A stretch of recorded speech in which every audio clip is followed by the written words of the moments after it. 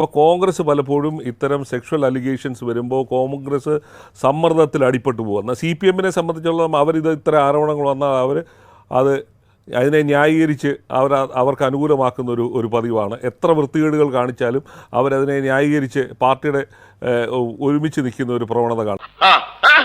മുകേഷിൻ്റെ പ്രശ്നം വന്നപ്പോൾ എന്തായിരുന്നു PK ശ്രീമതി ജനാധിപത്യ മഹിളാ അസോസിയേഷൻ്റെ ദേശീയ പ്രസിഡന്റ് പറഞ്ഞ എന്താണ്?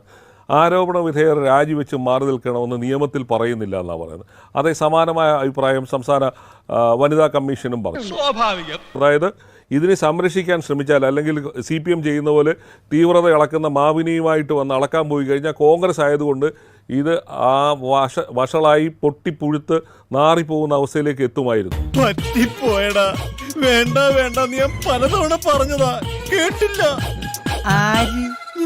കോൺഗ്രസ്സുകാരെ സംബന്ധിച്ചിടത്തോളം ഇതാണ് കോൺഗ്രസിന്റെ ഒരു പാരമ്പര്യം, ഇതാണ് കോൺഗ്രസിന്റെ ഒരു ചരിത്രം എന്ന് പറയുന്നത്.